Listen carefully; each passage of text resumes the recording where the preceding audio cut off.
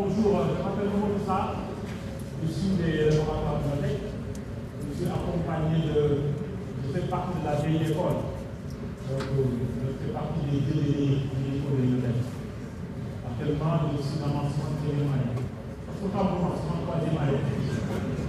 Oui, je suis dans ma 63e année. Je suis à la retraite, mais je suis toujours à Montec. Je suis accompagné de l'AICA qui est à Montec.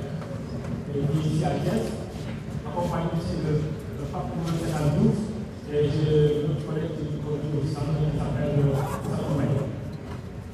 Donc sans plus tarder, si vous permettez, nous allons parler, voilà, sans plus tarder, nous allons parler donc de l'efficacité de traitement dans la prise en charge donc de la carence en fer avec ou sans anémie. Sans plus tarder, on voit carrément ici que l'absorption du fer, donc, elle est intestinale. Mais particulièrement, donc, majorée au niveau donc, du duodénum et de la partie du duodénum. Mais l'absorption, elle est variable en fonction du type de sel de fer. La bonne, elle est de 10 à 25%.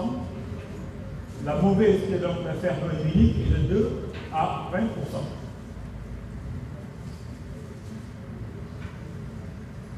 Nous allons voir le modèle d'absorption du fer. Parce qu'aujourd'hui, nous avons deux types de fer sur le marché. Donc, ce qu'on appelle les fers ferriques, SO3+, et nous avons les fers ferreux, SO2+. Pour les fers ferriques, une fois avalés au niveau de la lumière intestinale, arrivé à ce stade, il sera dans l'obligation, les SO3+, d'utiliser une enzyme qu'on appelle la ferroreductase. Et cette enzyme se saturant rapidement, il ne pourra plus assurer donc, la transformation du SO3+, en SO2+.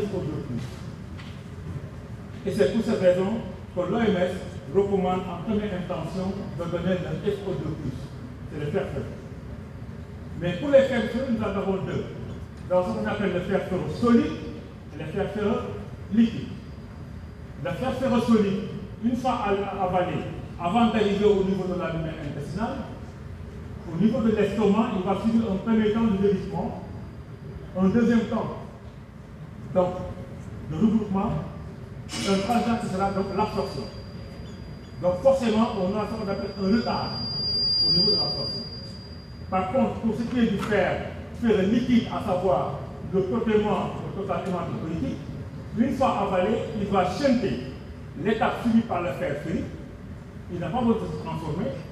Il va shunter l'étape suivie par le fer ferreux solide. Donc il n'aura pas besoin de se vérifier.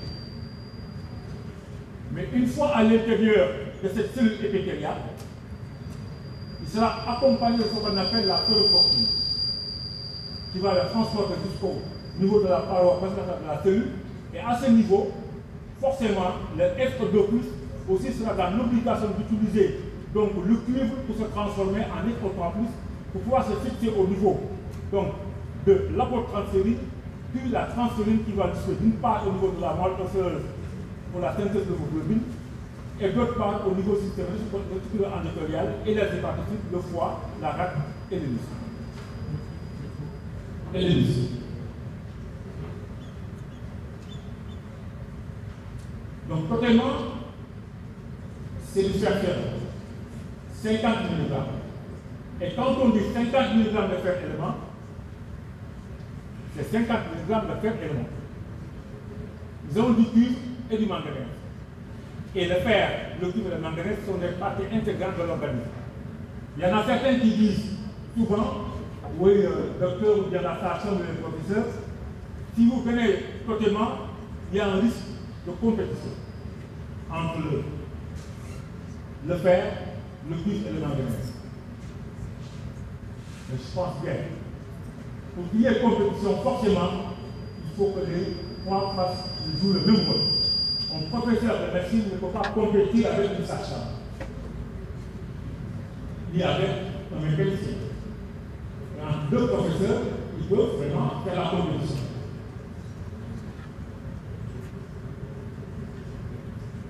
Pour montrer l'efficacité de ce traitement, nous avons ce qu'on appelle l'étude initiale.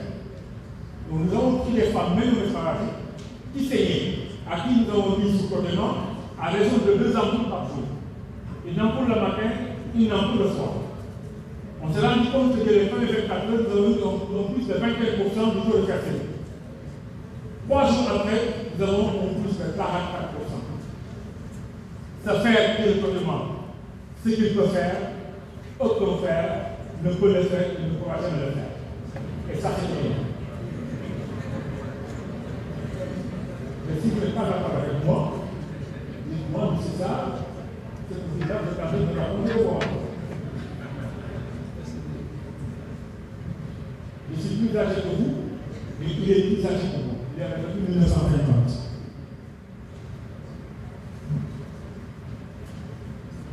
Et même pour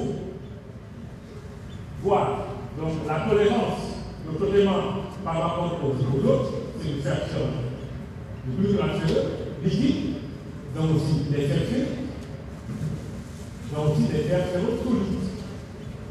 Et là, on note qu'avec le traitement, au sortie d'études, il y a 0% d'événements indésirables par rapport aux autres. Mais attention, ce matin, il y a un professeur qui m'a dit oui, il y a certaines patientes, quand je donne le traitement, elle m'appelle à me dire oui, je ne supporte pas. Des fois, je vous dis. Mais posez-vous la question de pourquoi. Souvent, excusez-moi les gars, il y a cette notion de paresse.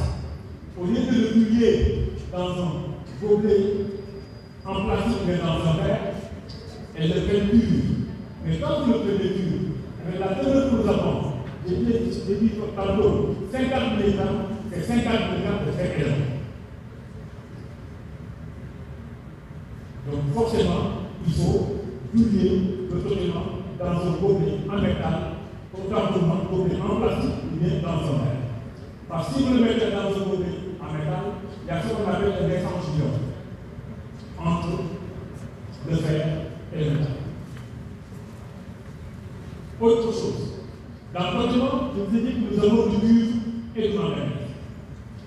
Le fer ne peut rien faire et ne pourra jamais faire quelque chose sans la présence du cuivre. C'est comme l'homme dans une maison ne peut rien faire avec les bambous sans la présence de la femme. Parce qu'il fait une carence en cuivre, il fera forcément une carence en fer avec l'automobile. Et le cuivre aussi joue un autre rôle dans l'absorption du fer et dans la libération de l'économie, qui est toxique pour le foie et pour le muscle.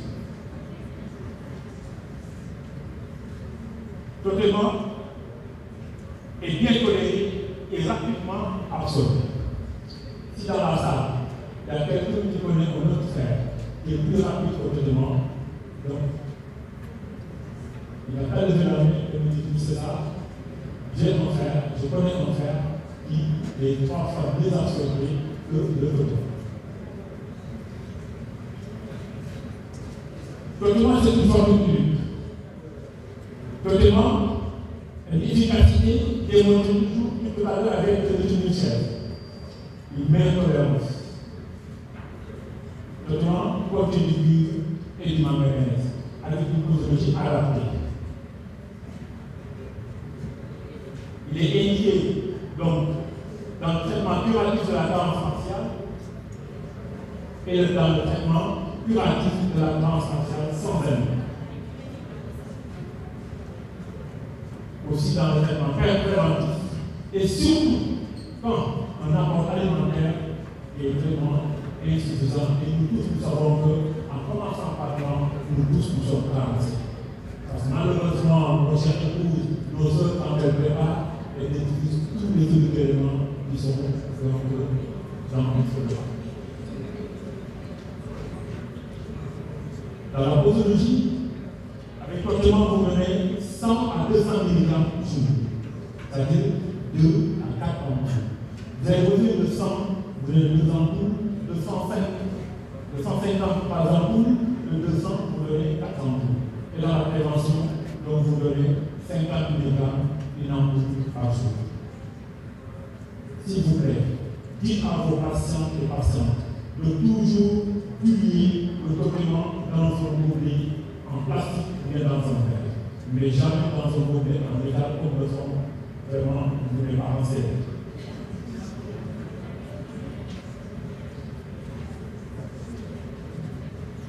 Merci.